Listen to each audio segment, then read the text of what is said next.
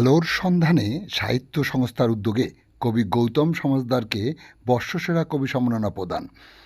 আজ ২১শে এপ্রিল বেলা ২টো নাগাদ বালকে হাইস্কুলের পার্শ্বস্থ হোমিও সাথী চত্বরে আলোর সন্ধানে সাহিত্য সংস্থার উদ্যোগে মাসিক সাহিত্য বাসরে ২৩তম মাসিক সংখ্যার প্রকাশিত হয়।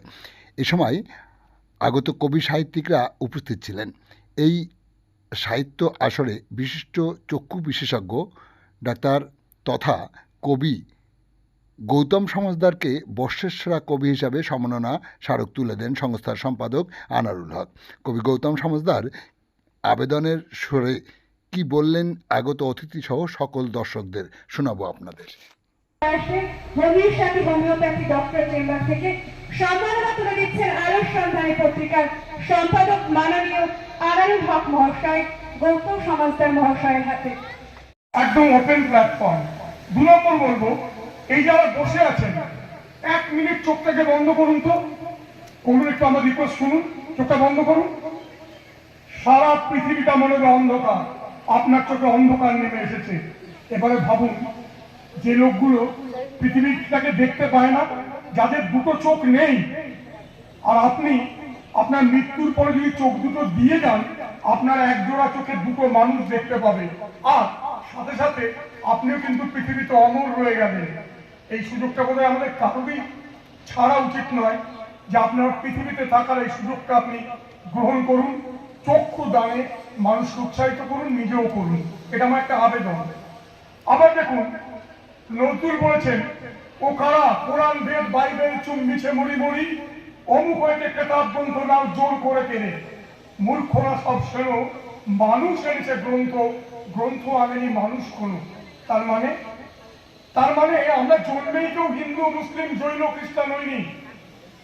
সমাজ আমাদের উপর এটা আরোপিত করেছে, কিন্তু আসলে আমরা সবাই এক মাটির সন্তান, এক দেশের সন্তান, একভাবে আমরা থাকবো এবং পরস্পরের সংস্কৃতি থেকে জানার চেষ্টা করব।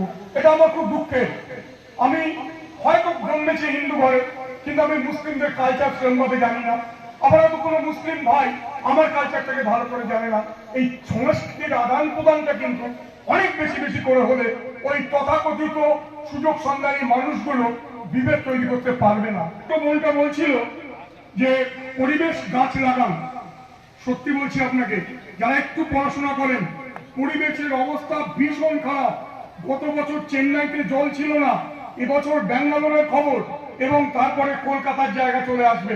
এত ডিপ টিউবওয়েল থেকে জল তুলে নেওয়া হচ্ছে, জল স্তর মাটির নিচে চলে যাচ্ছে, পানীয় জলটুকু পর্যন্ত কিনে খেতে হবে, এমন দিন কিন্তু আমাদের কাছে আগত।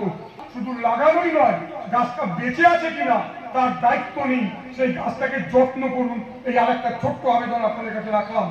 আর একটা কথা বলি, আপনারা অনেকেই জানেন হয়তো, হ্যানিম্যান যেমন অ্যালোপ্যাথি পরে হোমিওপ্যাথিতে চিকিৎসা বিজ্ঞানের আবিষ্কারক, ঠিক তেমনই মহেন্দ্রলাল দত্ত, আমি নাম শুনছি কিনা আমরা জানি না, ডাক্তার মহেন্দ্রলাল সরকার, ইনি কলকাতার প্রথম এমডি অ্যালোপ্যাথি, এই দ্বিতীয় এমডি ভারতবর্ষের।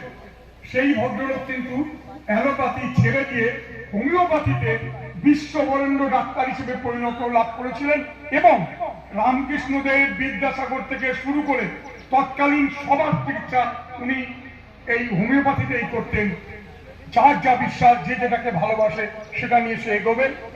আর একটা কথা বলি, যেমন উনি অনেকক্ষণ ধরে ছোট গল্পের কথা বলেছেন, প্রচুর কাহিনী বলেছেন, অনেক কিছু আমি শিখেছি। আমি শুধু একটা কথা বলবো, খুব পুরনো কথা। ছোট গল্প হচ্ছে, যাহা শেষ হইয়াও শেষ হয় না, মনে হয় আরেকটু থাকিলে ভালো হইতো।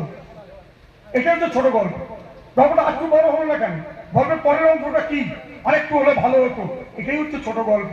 সে যে রকম বাঁধনেই টানান না কেন, যেমন এ প্রসঙ্গে উদাহরণ দেওয়া হয় আমাশার মতো, আরেকটু হলে ভালো হতো, ক্লিয়ার হচ্ছে না পেটটা, আরেকটু হলে ভালো হতো, লাইক দ্যাট ছোট গল্প।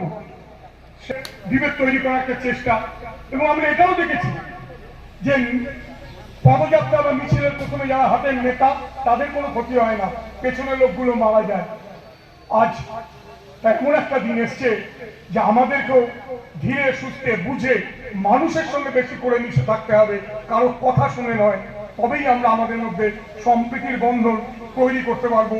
রবীন্দ্রনাথ বলে গেছিলেন মুসলমান গল্পে, খুব ছোট্ট গল্প উনি বলছিলেন, ছোট গল্প, সেখানে বলেছেন যে লাশগুলো যেগুলো পড়ে গেছে একটাও নেতাদের লাশ নয়, একটাও ধর্মীয় মানুষের লাশ নয়, মারা গেছে যারা তারা সবাই সাধারণ মানুষ, বলি হই আমরা। সেইখান থেকেও বেরিয়ে আসতে হবে, সম্প্রীতি গড়ে তুলতে হবে। এই আবেদন রেখে সবাইকে আরেকবার ধন্যবাদ জানিয়ে আমাকে বলবার সুযোগ দিয়েছে বলে আমি কৃতজ্ঞ। ওই সিরাজুল আছে আমাদের পর্বত আলী মণ্ডল, তাদের অসংখ্য ধন্যবাদ জানিয়ে আমার কথা আমি শেষ করলাম। ধন্যবাদ। ধন্যবাদ গৌতম সমাজদার মহাশয়কে।